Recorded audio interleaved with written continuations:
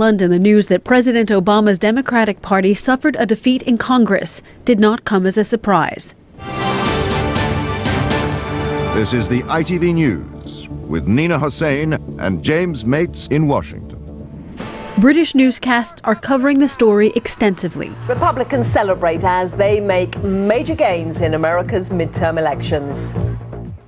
And while the average Briton did not follow the elections race by race, there's an understanding that what happens in the United States matters. Very important, very important. Oh, they are our friends, and as such, we work together. We hope we stick together. America is still a fairly dominant power, so kind of whatever you guys do actually impacts us, especially with some of the financial markets. The markets here in London and Germany's DAX were relatively unmoved.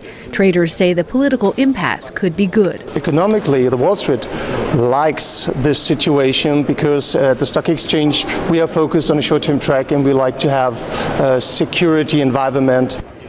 Analysts say U.S. Treasury policy influences the markets more than politics.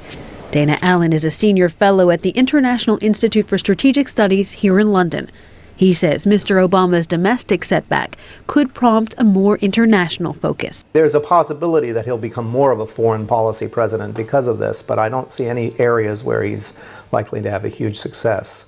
With a reduced majority in the Senate, the Democrats may have problems with the new Strategic Arms Reduction Treaty. Ratification of the New START treaty with Russia now becomes less likely, and I don't think many European states are going to find that very good news. And dealing with Iran's nuclear ambitions is one area where the president may have to yield to the new Congress.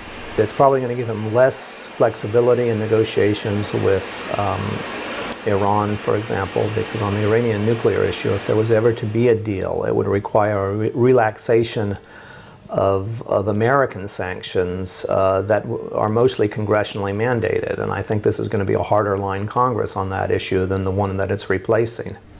In the Middle East, the Israeli deputy foreign minister and the Palestinian foreign minister both say they do not believe U.S. policy will change and that the Obama administration will continue working for peace.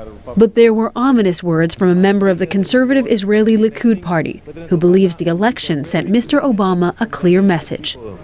He should take his hands off Jerusalem. He should take his hands from the Israeli people, and I hope he will understand that he cannot impose his wishful thinking peace plan on the people of Israel. President Obama came here to London in April 2009, his first European visit as president. Then, hopes were high he would bring change to the world.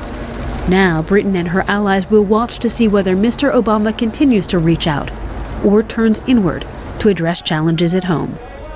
Jennifer Glasse for VOA News, London.